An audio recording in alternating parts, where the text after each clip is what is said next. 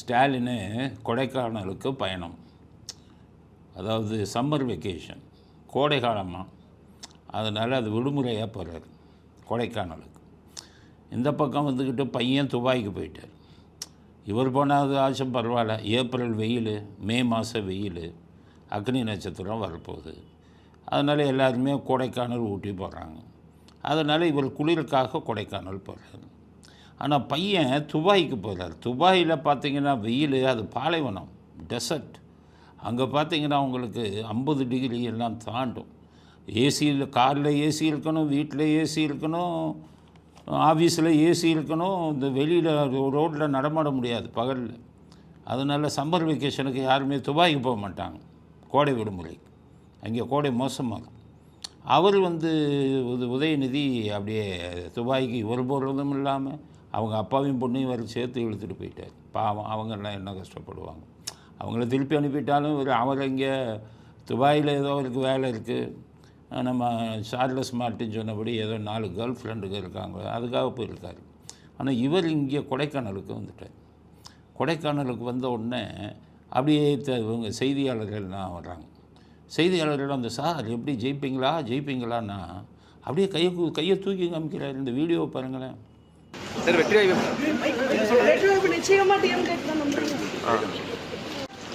அப்படியே கையை தூக்கி காமிக்கிறார், ஜெயிப்போங்கிற மாதிரி.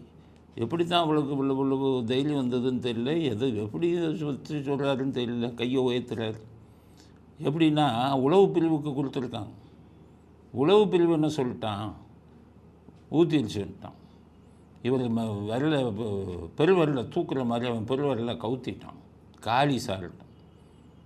டெபாசிட் ஆச்சும் தருமானு கேட்டிருக்காரு, எத்தனை தொகுதியில். அது சொல்ல முடியாது சார்ட்டான். அதனால் ரொம்ப சோர்ந்து போய் இருக்கும்போது கட்சிக்காரன் எல்லாம் ஃபோன் பண்ணி கேட்டிருக்கேன், எவ்வளோப்பா கள்ள ஓட்டு போட்டேன். ஒவ்வொருத்தரும் சொல்கிறான் 10,000 போட்டேன், 20,000 போட்டேன். அதனால் இவங்ககிட்ட சொல்லியிருக்காரு, வீட்டில் நம்ம தான் ஜெயிப்போம். எனக்கு கேட்குறவங்க பூரா ஊசி விசிலுக்கு போட்டோம்னு சொல்கிறாங்க, நீங்கள் நம்ம தான் ஜெயிப்போங்கிறீங்களேன்னு வீட்டில் சொல்லியிருக்கான். ஓட்டு போடாதவன் தான் இப்போ நம்ம கணக்கு. கள்ள ஓட்டு போட்டானே, கள்ள ஓட்டு போட்டது மாயை தானே, இல்லாதது தானே. அதனால் போட்டவன் இப்போ தான் சொல்கிறான் விசில்னு. நம்ம போடாத இதெல்லாம் கணக்குலாம் சேர்த்தோன்னா நம்ம தான் ஜெயிப்போம்னு இருக்கார் வீட்டில். அந்த தைரியத்தில் கள்ள ஓட்டு அதிகம் போட்டுட்டோங்கிற தைரியத்தில் தான் அப்படி கையை தூக்கி காட்டிட்டு போகிறார். இருந்தாலும் ரொம்ப தைரியம் அவர். ஒரு படத்தில் கவுண்டமணி சொல்லுவான், இவரை ரஜினிகாந்தை பார்த்து, ஒரு கண்ணாடியை போட்டுருப்பார், ஓட்ட கண்ணாடியை. இருந்தாலும் உனக்கு ரொம்ப தைரியம்ப்பா, இந்த எப்படி தான் தைரியமாக பேசுகிறியோம்மா. அது மாதிரி எப்படி தான் தைரியமாக பேசுகிறாருன்னு தெரியல. சரி, கொடைக்கானலுக்கு போயிருக்காரு. ஆனால் எலெக்ஷன் கமிஷனில் கணக்கு கொடுக்கும்போது என்கிட்ட 10,000 தான் இருக்குன்னு கொடுத்துட்டாரு. கையிருப்பு 10,000. எலெக்ஷன் கமிஷனுக்கிட்ட 10,000ன்னு சொல்லிவிட்டு கொடைக்கானலுக்கு எதிர்வா எப்படி எங்கேருந்து பணம் வாங்கினார்? ஒருவேளை ரெஜெண்ட்டில் அவருடைய பேரன் இன்பநிதி, அவரை தானே இப்போ மாற்றிட்டாங்க. இன்பன் உதயநிதி அவரை தானே இப்போ அந்த ரெஜெண்ட்டுக்கு மாற்றிட்டாங்க. எம்டி அவர் தான். அவர்கிட்ட ஒருவேளை ஒரு 10,000 கைமாற்று, 20,000 கைமாற்று வாங்கியிருப்பாரான்னு தெரியல. இல்லை, எல்லாமே அரசாங்க தலையில் தானே கட்டுவாங்க இவங்க போகிறதெல்லாம். ராஜபரம்பரை இல்லை, எல்லாமே அரச இதில் தான் கட்டுவாங்க. அதனால் அரசாங்கத்தில் மொய் எழுதிட்டாரா, இல்லை இன்பநிதியிட்டேருந்து ஒரு 20,000 30,000 கடன் வாங்கியிருக்காரான்னு தெரியலை.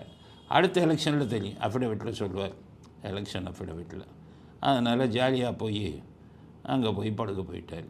இது தானே கடைசி முதலமைச்சராக இருக்கிறது. அதனால் அனுபவிச்சுக்குவோம், ஒரு வாரத்துக்குன்னு போயிருக்காருன்னு நினைக்கிறேன். இதுக்கு இடையில் அங்கே பார்த்திங்கன்னா தாவேகா சைடில் பார்த்திங்கன்னா விஜய் முதலமைச்சராக பதவியேற்கும் நாளை ஃபிக்ஸ் பண்ணிட்டான். மே 7 வியாழக்கிழமை அல்லது மே 8 வெள்ளிக்கிழமை அப்படின்னு இதில் வந்துச்சு சமூக வலைதளங்கள். யார் யார் மந்திரின்னு லிஸ்ட்டே வந்துருச்சு. ஒரு 20 பேருக்கு மேலே லிஸ்ட்டு போட்டாங்க. இவங்க இந்த மந்திரி, நம்ம புஷி ஆனந்துக்கு போக்குவரத்து துறை அப்படின்ட்டாங்க, நிர்மல்குமாருக்கு பிற்பட்டோர் நலத்துறை அப்படின்ட்டாங்க. அது மாதிரி ஒவ்வொருத்தருக்கு. இவருக்கு நம்ம ஆதவர்ஜுனுக்கு செய்தி இதெல்லாம் செய்தித்துறை அப்படின்னு வந்துருக்கு. எந்த அளவுக்கு உண்மைன்னு தெரியல. அவங்களுக்கு என்னடானா அவ்வளோ தைரியம், உறுதியாக ஜெயிச்சிருவோன்னு. அதனால் அவங்க இந்த பக்கம் போட்டாங்க. அப்புறம் அவங்கள கேட்குறாங்க ஆதவர்ஜன், என்ன நீங்கள் பிற்படுத்தப்பட்டோர் நலத்துறை மந்திரி ஆவறீங்கன்னு. இல்லை இல்லை, திமுககாரன் தான் போட்டு விட்டாங்க. திமுககாரனே போட்டு விட்டேன். ஏன்னா இப்போ எப்படி நடக்குதுன்னா, எல்லாத்துட்டையும் கேட்டோம், இவங்க எல்லாம் திமுக தலைவர்கள்லாம் அப்படியே சிரிச்சுக்கிட்டு வராங்க. என்னங்க எப்படின்னா உறுதியாக ஜெயிச்சிடும். ஆனால் ஸ்டாலின்கிட்ட வந்து சொல்லியிருக்கான், தலைவரே நடந்த விஷயம் இதுதான், எம்ஜிஆருக்கு என்ன அலை இருந்ததோ அந்த அளவுக்கு, அதை விட அதிகம்னு கூட சொல்லலாம், அந்த அளவுக்கு இந்த பையனுக்கு இருக்குது. எப்படி வந்ததுன்னு தெரியல. அதனால் பெரிய அளவில் அந்த பையனுக்கு சப்போர்ட் இருக்குது. இருந்தாலும் நம்ம முடிஞ்ச வரை கள்ள ஓட்டை போட்டிருக்கோம், ஆள் மாறாட்டம் பண்ணியிருக்கோம், எல்லாம் பண்ணியிருக்கோம். அதனால் கள்ள ஓட்டை நம்புவோம் அப்படின்னு சொல்லியிருக்காங்களாம். அதனால் அவர்கள் பதவியேற்க நாள் குறித்து விட்டார்கள். இவர் கொடைக்கானலில் போய் ஜாலியாக உட்காந்துருக்காரு அப்படிங்கிறது இன்றைக்கி வந்து முதல் முக்கியமான செய்தி.